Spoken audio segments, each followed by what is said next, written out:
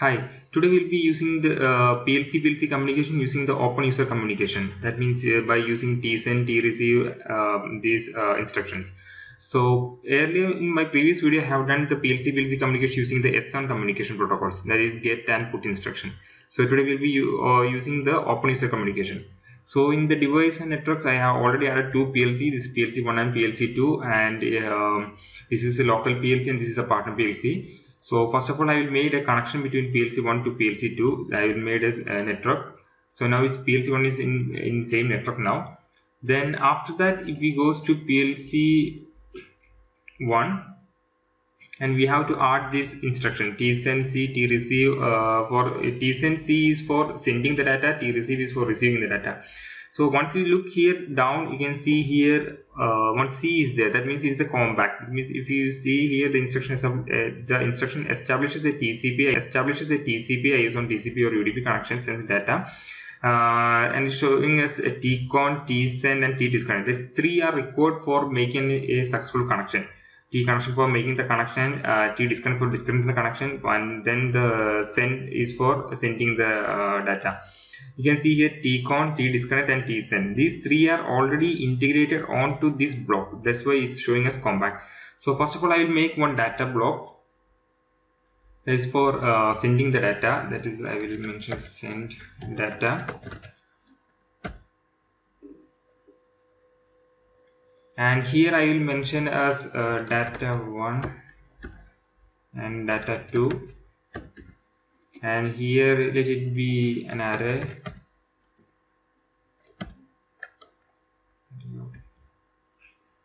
Let it be 0 to 1 integer. I'll put 10 more data there, and here it will let it be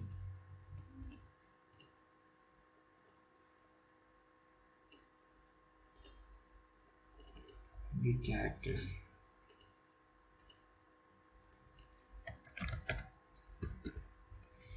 So I made one data block now for sending the data, and I will be using the same data block, same structured data block for PLC2 also.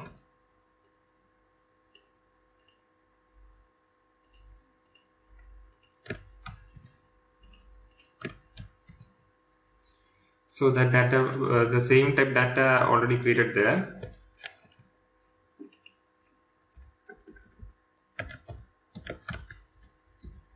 Okay, so next thing we have to do is that here also better for we will use a standard block access, not the optimized block access. And for the two, I will be using the standard block access. And one more thing, we will be enabling the clock pulse. We will enable the clock memory bits for the two PLC.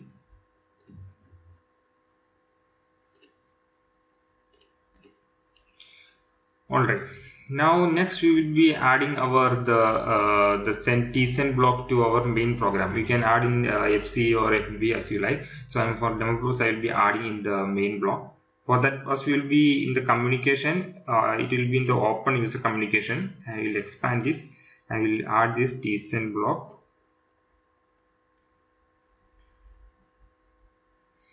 It will be asking for a DB. Yes, okay. Now you can see that tsend instruction is added in the main block, and you can see it is linked to 1 DB also. If you expand the system blocks, you can see here. Now if you look here, we have some parameters we have to connect here. There is a request is there, connect is there, data is there, and here if you look here done, you see error status and all. And here if the request bit is high, there is one positive pulse detected there. At the time the data will be shifted to the partner PLC. And here connect is there for the connection data block, and here is the data is the we have to point to the which data in the local PLC to transfer to the partner PLC. So first I will link my data block here, so I can drag and drop here. Now this is done. For the connect, I will using this now this is done. For the connect, I will using this configuration. You can see here one start configuration button. Once I click here, I can see the configuration here. And here the first connection parameter is here. So if you look here, this is a local PLC, and if we have asking to choose the partner.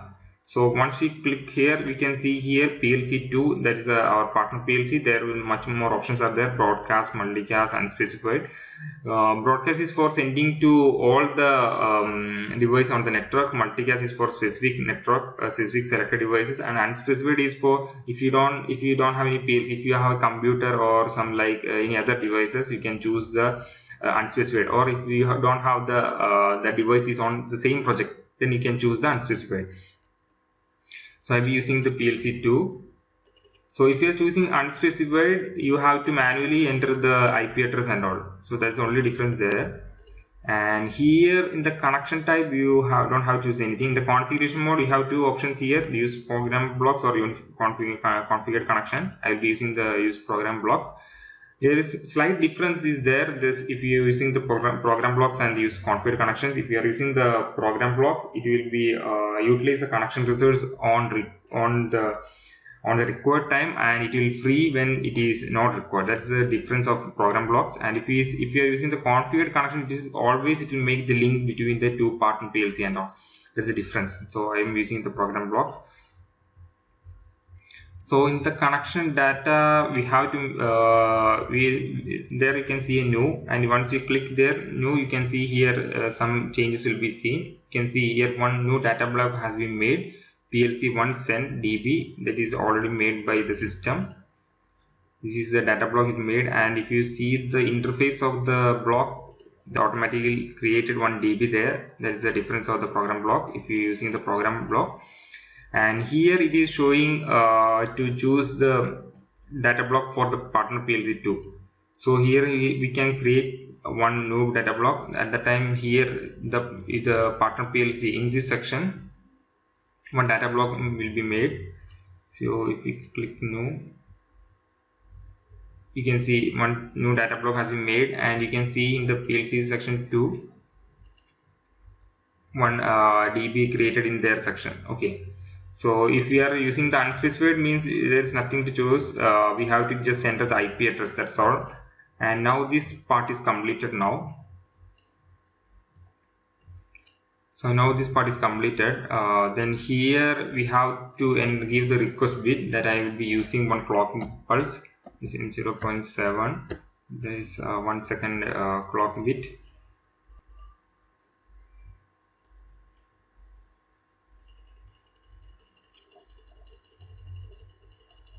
So here you can give whether to give the done bit any output you have to give, means you can see give the done bit, busy bit, error bit, status bit, anything if you need. But for this time being, I am not connecting anything. So we can download this. Okay. So we'll compile. Hopefully no errors.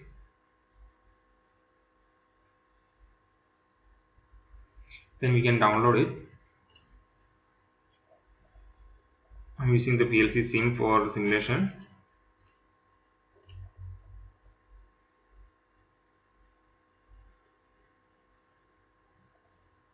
My PC is a bit slow, that's why it's taking more time.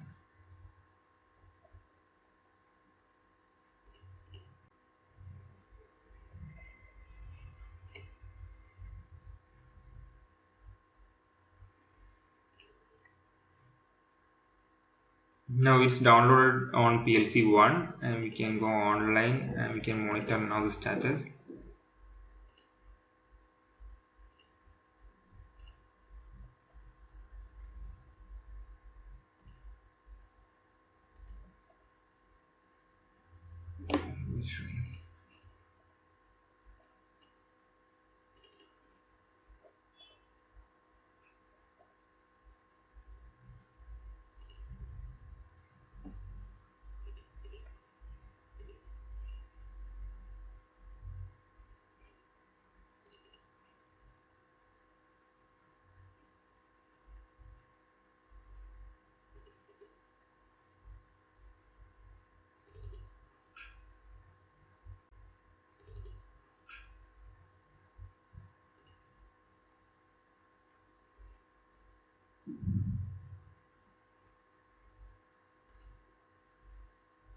Here there will be the address of our second partner PLC on this block PLC1 send DB. So it's showing active establishment true and all. So if we are sending, I forgot to tell you that if you are using here in the connection parameters, you want to choose who is sending that parameter data, then there should be one active connection establishment. And for the active connection, and in the partner PLC we don't need to choose we need to set the PLC1 as the active connection establishment. And if you look down here, there is an option for the port. The local PLC, there will be there's an option to choose the port. In the partner PLC, there will be, you have to choose the port, so that it will make the connection between it will link the data to this port of the partner PLC. So next we will be going to PLC2. In the PLC2, I will add the TRC block. For that, go to instructions and open user communication treceive C. It will ask for a DB, okay. And here also I will give the same memory bit for the request to be received. Then here we have to create the connection DB, and also here we have to add the data DB. So I will drag and drop the data DB. Now here I have to click on configuration.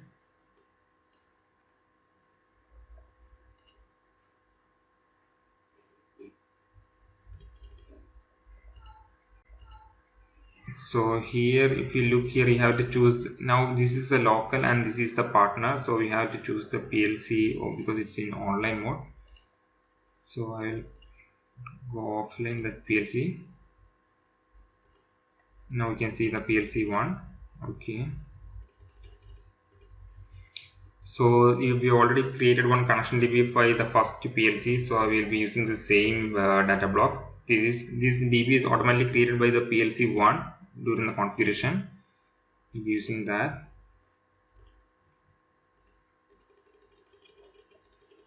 Then this is the active connection establishment will be PLC1. In the first, while configuration the PLC1, we have chosen the PLC1 as active configuration, and here also we have to choose the same active configuration should be the PLC1. So here the configuration is completed now. You can see here download to PLC2 now.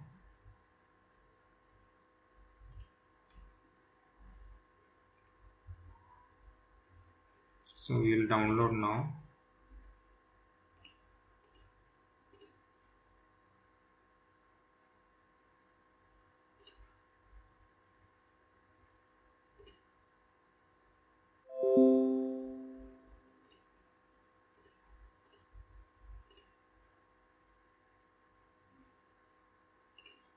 Okay, we can go online now.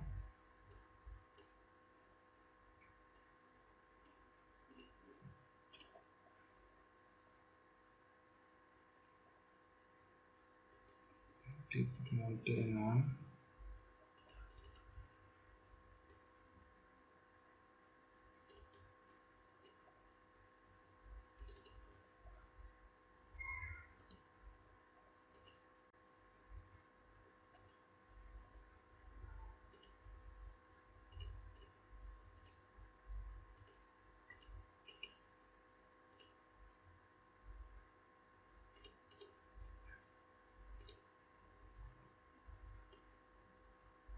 Here the bits are not showing. This I'm not sure why.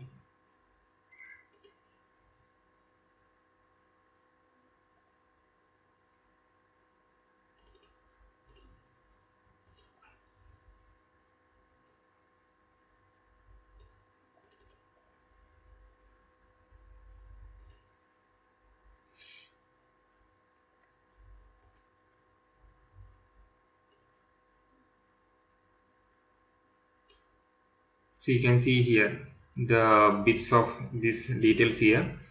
The PC is true, and you can see here showing 7006 of this status, and you can see here showing 7006 of this status. That means 4 and 6. we can for that you need to check the manual. What does it mean by 7004 and 7006? This detail is showing here in this DB.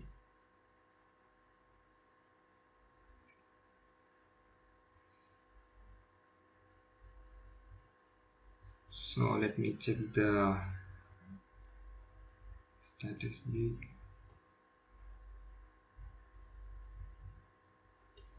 This is showing 7004. That means the communication connection has been established and is being mounted.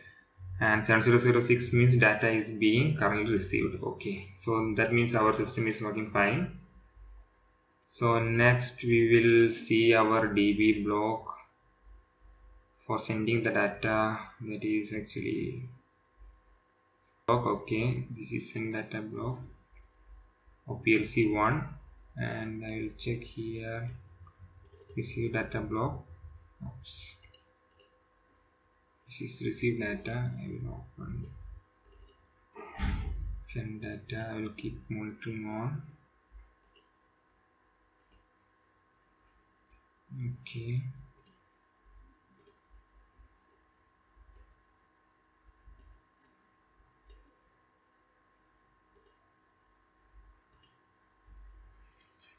So this is receive data, this is send data. Okay, so the monitoring is on now.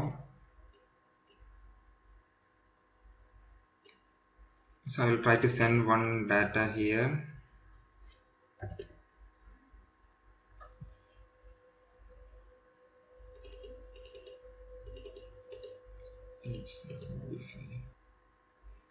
You can see here the data is transmitted to the partner PLC. This is character.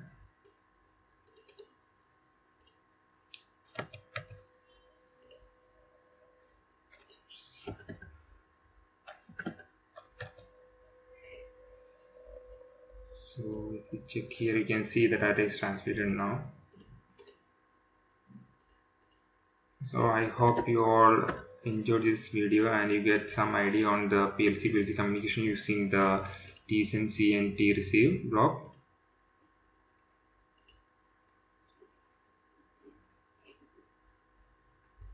So one more thing here in the device and networks, network view, I think.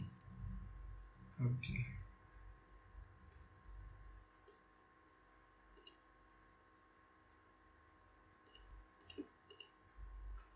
In the version 13 we don't have the option. In the version 14 and all there will be one option. For version 14 or version 16 might be, you can see the connections tab here.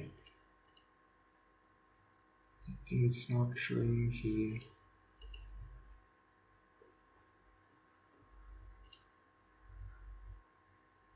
No. So hope you all enjoyed the video and thanks for watching.